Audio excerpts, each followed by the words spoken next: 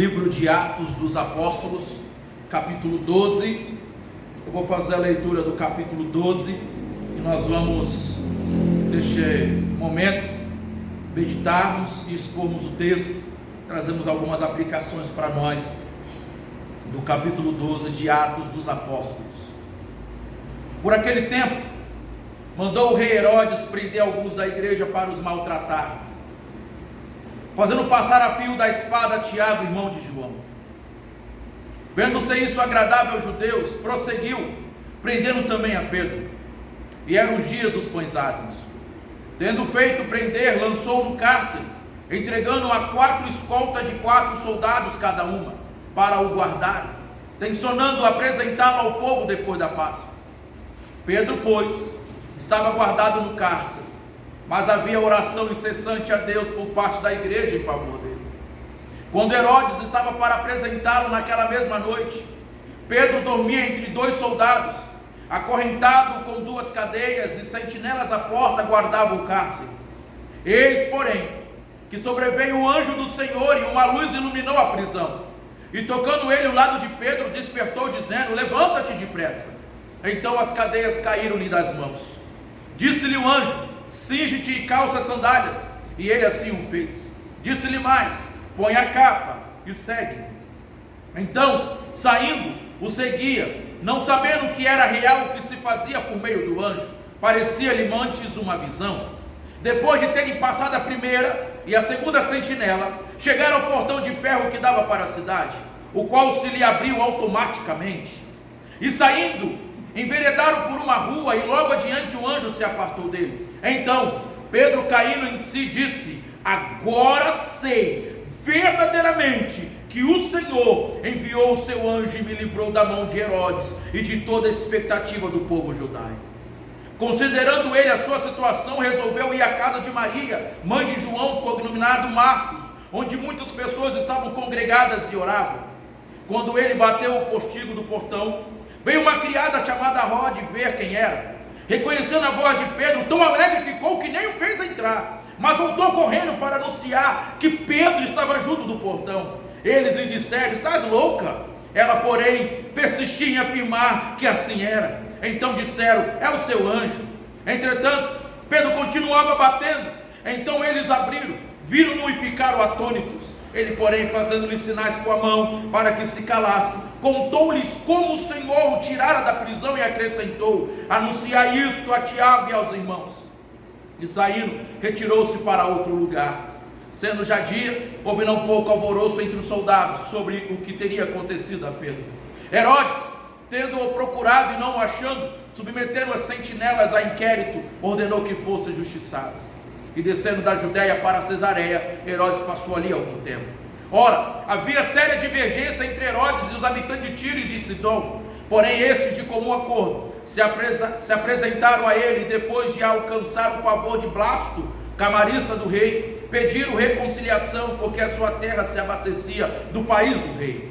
Em dia designado, Herodes, vestido de traje real, assentado no trono, dirigiu-lhes a palavra, e o povo clamava: é voz de um Deus e não de homem. No mesmo instante, um anjo do Senhor o feriu, por ele não haver dado glória a Deus, e comido de vermes expirou.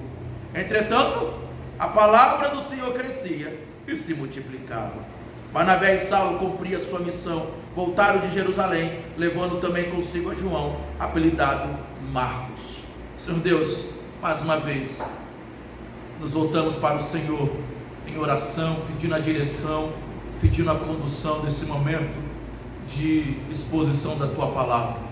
Fale conosco, Pai, assim como o Senhor falou comigo, ministrou no meu coração esta palavra, que o Senhor possa edificar a Tua igreja, que o Senhor possa ministrar a Tua palavra ao coração de cada um de nós aqui nesta manhã. Fale conosco no poder do nome de Jesus. Oramos assim em Teu nome. Amém, amém e amém.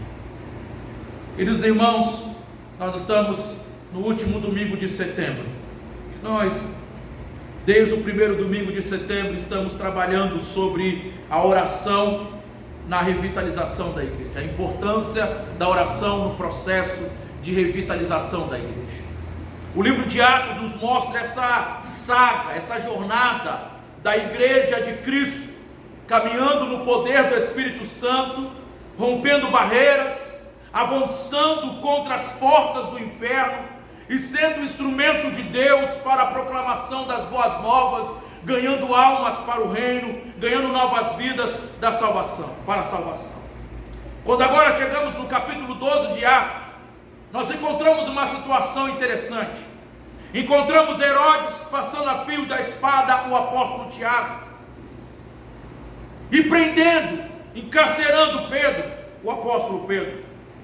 A cidade de Jerusalém estava agitada, a oposição contra a igreja, a perseguição contra a igreja, as questões levantadas contra a igreja só aumentavam e cada vez mais aumentavam.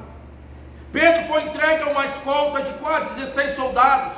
A morte de Pedro parecia inevitável. E nesse momento em que Pedro está preso, acorrentado, no meio de vários soldados, a igreja não apelou para os homens. A igreja não apelou para que os homens resolvessem os problemas dele. Não. A igreja reuniu-se para clamar ao Senhor. A igreja reuniu para buscar o Senhor. E essa atitude da igreja diante dessa perseguição nos ensina algumas lições, algumas preciosas lições sobre a importância da oração para fortalecer a igreja em tempo de perseguição. A importância da oração para fortalecer a igreja em tempo de perseguição. Haja vista que nós estamos no processo de revitalização. E todas as vezes em que buscamos a Deus querendo revitalização, avivamento, buscarmos a Deus para que haja um mover sobrenatural dele em nossas vidas, o inimigo se levanta. Situações acontecem. E nós precisamos então entender a importância da oração nesse processo de revitalização para fortalecer a igreja. Eu aprendo algumas verdades e algumas lições desse texto, do porquê eu e você precisamos orar para nos fortalecer em meio à perseguição. Se não, vejamos, por que a igreja deve orar? E a oração fortalece a igreja, porque, queridos irmãos, Deus, Ele vê as nossas tribulações. Deus, Ele vê, Ele conhece as minhas, as tuas, as nossas tribulações. Olha aí os versos de 1 a 4 do capítulo 12. Por aquele tempo, mandou o rei Herodes prender alguns da igreja para os maltratar, fazendo passar a fio da espada Tiago, irmão de João. Vendo-se isto agradável aos judeus, prosseguiu prendendo também a Pedro. E eram os dias dos pães ázimos. E tendo feito prender, lançou no cárcere, entregando a 4 escoltas de 4 soldados a cada uma, para o guardar, intencionando apresentá-lo ao povo depois da Páscoa. Queridos irmãos, o capítulo 12 aqui de Atos começa dizendo: por aquele tempo mandou o rei Herodes prender alguns da igreja para os maltratar. A ideia dele era maltratar a liderança da igreja, era maltratar aqueles que estavam na frente da igreja. Herodes aqui, queridos irmãos, é um instrumento de Satanás para perseguir a igreja. Mas duas coisas são importantes que eu preciso deixá-las claras para os irmãos. O diabo não pode destruir a igreja. O diabo não pode destruir a igreja, mas pode maltratá-la. Pode maltratá-la. O diabo maltrata a igreja quando persegue a liderança da igreja. Ele maltrata a igreja quando persegue os seus líderes, os pastores, presbíteros, os diáconos, a liderança das sociedades. Ele não consegue nos destruir, mas ele consegue nos maltratar, trazendo ferrenha perseguição contra nós. Tiago já havia sido assassinado, Pedro estava preso, aguardando o seu martírio. Porém, queridos irmãos, conforme o versículo 5 que nós lemos, Pedro, pois, estava guardado no cárcere. Mas o que acontecia? Havia oração incessante a Deus por parte da igreja a favor dele. Enquanto ele estava preso, Deus movia os corações dos irmãos da igreja em favor de Pedro, para clamar por ele, para pedir a Deus por ele. E essa atitude, esse despertamento da igreja em favor de Pedro, é a mão de Deus, que conhece as tribulações, que conhece as lutas, que conhece a dificuldade de cada um de nós. Ele sempre levanta aqueles que vão interceder, que vão clamar, que vão buscar em favor da igreja. Deus conhece, Ele vê. E o que nós entendemos e aprendemos com isso? Que o nosso Deus, Ele está no controle da situação. Mesmo quando eu e você, mesmo quando nós perdemos esse controle, mesmo quando nós olhamos para a situação, eu não sei o que fazer, eu não sei como resolver, como é que nós vamos lidar com esse problema agora? Deus vê, Ele sabe, Ele está no controle.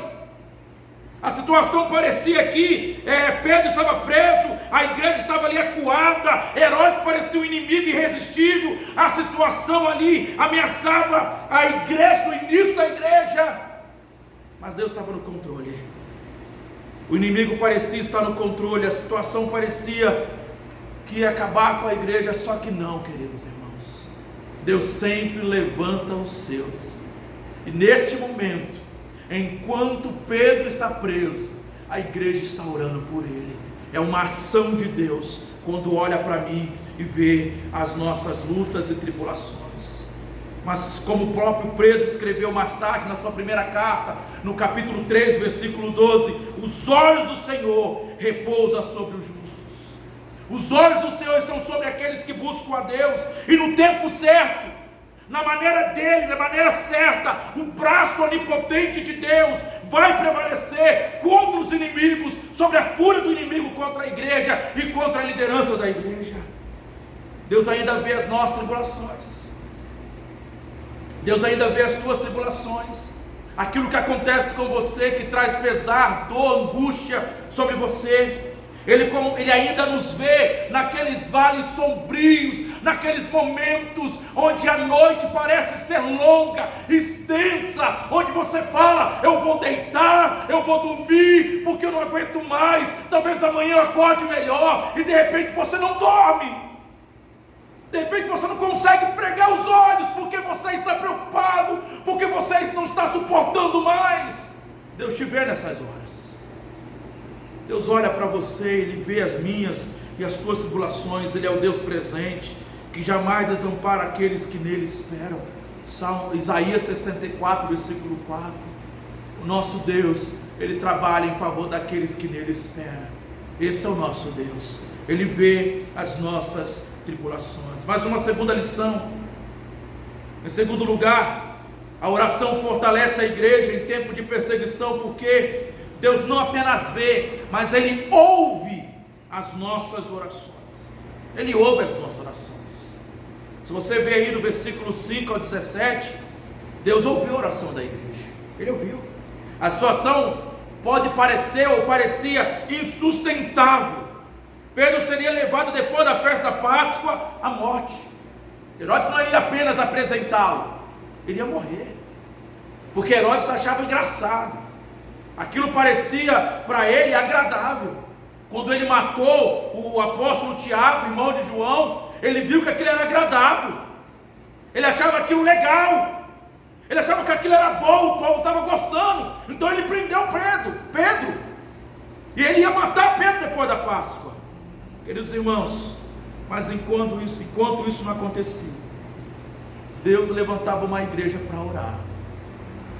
E quando a igreja ora, queridos irmãos, eu disse isso e repito, quando a igreja ora, os céus se movem. Quando a igreja ora, algo de sobrenatural acontece. Quando a igreja ora, as estratégias do inimigo são desbaratadas. Quando a igreja ora, as portas das prisões são abertas.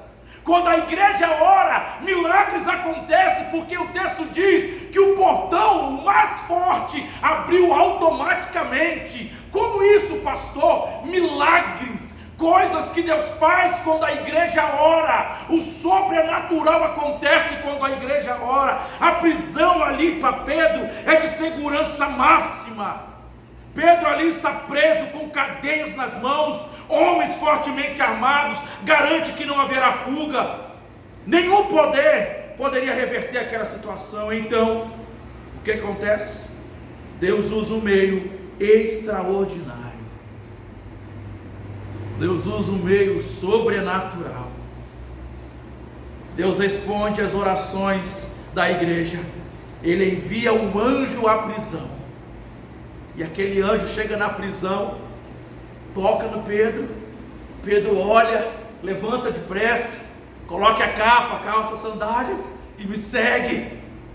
Pedro, achando que aquilo era uma visão, ele vai andando, passa pela primeira escolta, passa pela segunda escolta, o portão automaticamente se abre, e Pedro vai andando, vai caminhando, chega numa determinada rua, o anjo desaparece da vista de Pedro. E aí o texto vai dizer bem assim para nós: então Pedro, caindo em si, disse: agora eu sei verdadeiramente que o Senhor enviou o seu anjo e me livrou da mão de Herodes e de toda a expectativa do povo judaico. O que é isso? Resposta de oração da igreja. Queridos irmãos, o anjo trouxe Pedro da prisão, mas foi a oração da igreja que trouxe o anjo em favor de Pedro. Foi a igreja que orou, e a resposta da oração da igreja foi Deus enviando um anjo para libertar Pedro. Sabe o que isso significa, irmãos? Para mim e para você, que não há nada impossível a nós que não podemos conseguir por meio da oração. Nada é tão difícil que não possa ser alcançado por meio da oração. Qual é a situação que você enfrenta na vida que não pode ser vencida pela oração? Qual é a situação que a nossa igreja enfrenta que não pode ser revertida pela oração? O nosso Deus tem poder, porque Ele ainda responde às orações de maneira milagrosa, poderosa, extraordinária, com ações sobrenaturais. Nós temos que crer nisso. Eu creio nisso. Eu creio nisso. Por isso, queridos, eu afirmo, e eu concordo com isso: ninguém detém os passos de uma igreja que ora. Ninguém. Nenhum poder na terra pode prevalecer sobre uma igreja que experimenta o poder de Deus através da oração. O que pode impedir? Se o nosso Deus é o Todo-Poderoso, o que pode atrapalhar se o nosso Deus tem todo o poder nos céus e na terra? Por isso, irmão, em nome de Jesus, nós temos que continuar orando, pedindo a Deus: Deus, abençoe a nossa igreja, toque nos corações, haja na vida dos homens, das mulheres, dos jovens, dos adolescentes, das crianças. Qual é o coração duro que não pode ser quebrantado no poder da oração, irmão? Qual é o coração tão duro que não pode ser esmiuçado pelo poder da palavra e da oração? Jeremias diz isso. Qual é? Nenhum, queridos irmãos. Nenhuma. Porque o nosso Deus, Ele ouve as orações da igreja, e Ele atende as nossas orações, enviando o escape para nós. Deus vê, Deus ouve as nossas orações. Em terceiro e último lugar, a oração, ela fortalece a igreja, porque, queridos irmãos, quando nós oramos, é Deus quem lida com os nossos inimigos. É Deus quem vai lidar com aqueles que se levantam contra nós. Se você ler aí o verso 18 em diante, melhor dizendo, a partir do versículo 20, havia séria divergência entre Herodes e os habitantes de Tiro e Sidom, não se davam bem. E aí no versículo 21, em dia designado, Herodes, vestido de traje de real, assentado no trono, dirigiu-lhes a palavra, e o povo clamava: é voz de um Deus e não de homem. No mesmo instante, um anjo do Senhor o feriu, por ele não haver dado glória a Deus, e comido de vermes expirou. Quando nós lemos a primeira carta de Pedro, no capítulo 3, versículo 12, Pedro conclui dizendo que o rosto do Senhor está contra aqueles que praticam males. Herodes tinha praticado mal. Começa o capítulo 12, por aquele tempo o rei Herodes mandou prender alguns, e termina o capítulo 12, que Herodes expirou, porque não deu glórias a Deus. Os guardas romanos encarregados de Pedro foram mortos no seu lugar, por ordem de Herodes. Mas o cumprimento da palavra de Deus, em Provérbios 11:8 diz: o justo é libertado da angústia, e o perverso a recebe em seu lugar. Em cada momento da nossa vida, Deus cumpre a promessa e a palavra dele em nós. Herodes estava no auge da sua força, no auge do seu poder, humanamente falando. O povo aplaudia: Herodes, rei, é voz de Deus. Gritavam publicamente, o considerando Deus. E por não haver, ou por não ter dado glórias a Deus, ele foi fulminado, comido por vermes, e ele expirou, morreu. Em vez de Pedro ser morto pelo rei Herodes, o rei Herodes é que foi morto pelo Deus de Pedro. Morreu. É Deus quem lida com os nossos inimigos. E o texto diz que, e isso nos chama a atenção, no mesmo instante, um anjo do Senhor, talvez o mesmo anjo que libertou Pedro, o mesmo anjo que Deus, ouvindo a oração das igrejas, libertou Pedro, é o mesmo que vai lidar, ou que lidou com o seu inimigo. Queridos irmãos, Deus ainda vê as nossas tribulações, Deus ainda ouve as nossas orações, e Deus ainda lida com os nossos inimigos. Aquilo que se levanta contra o povo de Deus, aquilo que se levanta para atrapalhar a obra do reino de Deus, pode ter certeza, eu não preciso fazer muitas coisas, eu só preciso dobrar os meus joelhos e falar com Deus. Eu só preciso colocar diante de Deus: Pai, olha para essa situação, olha para a nossa igreja, olha para cada um de nós, Deus. Nesse processo de revitalização da igreja, há grandes perseguições do inimigo. O inimigo se levanta contra a igreja, o inimigo se levanta contra o povo de Deus. Ele ataca a obra, começando com os obreiros, começando com a liderança. Ele vai mexendo com as estruturas, com a liderança. Na família a mesma coisa. Ele começa com o cabeça, com os homens, colocando desânimo, preguiça, querendo que os homens não busquem, não façam aquilo que devem fazer. O inimigo começa assim, tentando desestabilizar a partir da liderança. E como que Deus derrota? Por meio do poder de uma igreja que ora. Quando a igreja ora, Deus age, e Ele lida com os nossos inimigos. Queridos irmãos, a oração é um meio para enfrentar a perseguição, e pela oração a igreja transforma as ameaças, conforme nós já aprendemos aqui, as ameaças do mundo em ousadia para testemunhar com intrepidez.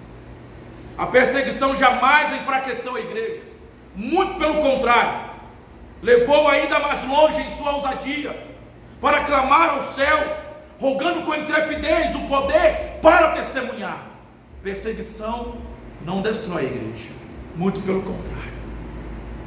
Foi assim com os apóstolos diante da perseguição, foi assim com os crentes diante das amargas perseguições dos imperadores romanos, foi assim ao longo da história da igreja. Todas as vezes em que se levantavam contra ela, o povo orava, e Deus respondia, e Deus avivava, e Deus fortalecia a igreja, e a igreja prevalecia. É pela oração que a igreja se deleita em Deus. Por isso, Igreja Presbiteriana Filadélfia, se queremos vencer, se queremos ser vitoriosos na nossa jornada, na nossa caminhada, na nossa conduta, se queremos ser vitoriosos nas batalhas cotidianas, na família, no trabalho, se queremos ser vitoriosos naquilo que fazemos aqui para a glória de Deus, precisamos orar.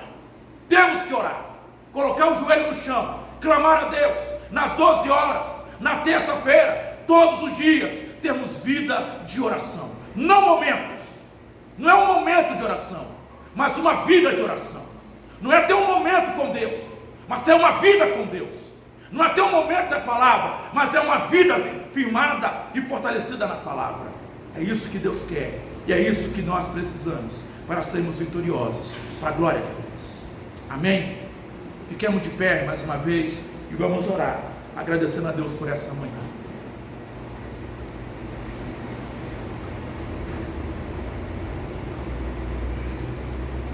Senhor Deus e nosso Pai, essa manhã, Deus, nós exaltamos o Teu nome, glorificamos o Senhor, Pai.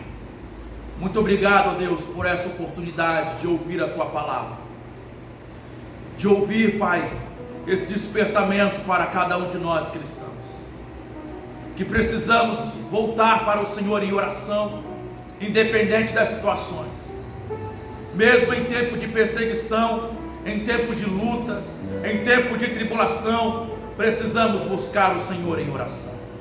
Que o Senhor assim nos desperte, que o Senhor desperte a liderança da igreja, a começar comigo, pastor, que o Senhor desperte os presbíteros, diáconos, os presidentes das sociedades internas, desperte a tua igreja, os maridos, as esposas, os pais, as mães, os filhos, desperte o teu povo para uma vida de oração, Deus.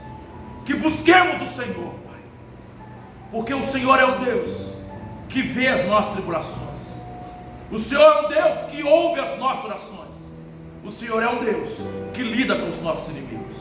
Cuida de nós, abençoa-nos, guarda-nos, em nome de Jesus. Que nessa semana possamos experimentar do Teu poder em nossas vidas, em nome de Jesus. Que experimentemos o poder que vem por meio da oração, em nome de Jesus que oramos, agradecidos, amém, Deus. Querida igreja, receber a bênção do Senhor nessa manhã, que o amor de Deus, o nosso Pai, que a graça salvadora do nosso Senhor Jesus Cristo, que a consolação, o conforto do Espírito Santo de Deus, seja com toda a igreja aqui nessa manhã reunida, como para todos sempre. Amém.